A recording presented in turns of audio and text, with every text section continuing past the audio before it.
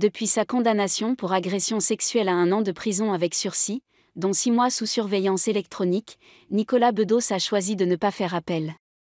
Ce geste, qu'il présente comme une volonté d'apaisement, a été suivi par la publication de La soif de honte, un récit introspectif dans lequel l'auteur tente de déconstruire sa propre dérive.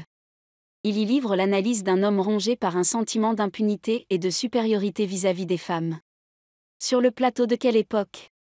Le 3 mai dernier, il décrit lui-même ce livre comme l'autopsie d'un connard, une tentative d'expliquer ce qui l'a conduit à ignorer les limites et à s'aveugler. Cette publication a suscité un vif débat dans le monde littéraire et médiatique. Pour certains, c'est une manœuvre opportuniste visant à redorer son image. Pour d'autres, un véritable effort d'introspection. Une chose est sûre, ce livre divise profondément. Dans cette tempête, Bedos peut compter sur le soutien indéfectible de sa compagne Pauline Desmonts.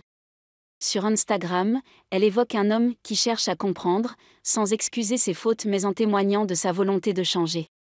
Cependant, la controverse a été relancée le 20 mai, quand l'autrice et humoriste Christine Béraud a publiquement critiqué l'ouvrage. Selon elle, entre les pages 208 et 212, Bedos ridiculiserait une femme ayant témoigné contre lui dans Mediapart.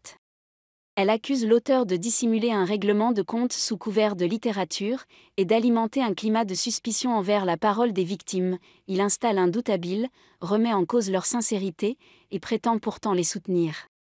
Pauline Desmonts a vivement réagi à ces accusations. Dans un long commentaire, elle reproche à Béraud de sortir les passages de leur contexte et de manipuler ses abonnés. Critiquer le livre, c'est votre droit. Mais en déformer le contenu pour obtenir des likes, c'est malhonnête. Elle insiste sur le fait que les extraits évoqués relèvent d'une construction littéraire, intégrée à une réflexion globale. Pour elle, l'honnêteté intellectuelle devrait primer sur la quête d'approbation. Au final, cette polémique met en lumière les tensions entre démarche artistique, responsabilité morale et réception publique. Libre aux lecteurs de se forger leur propre opinion sur les intentions de Nicolas Bedos.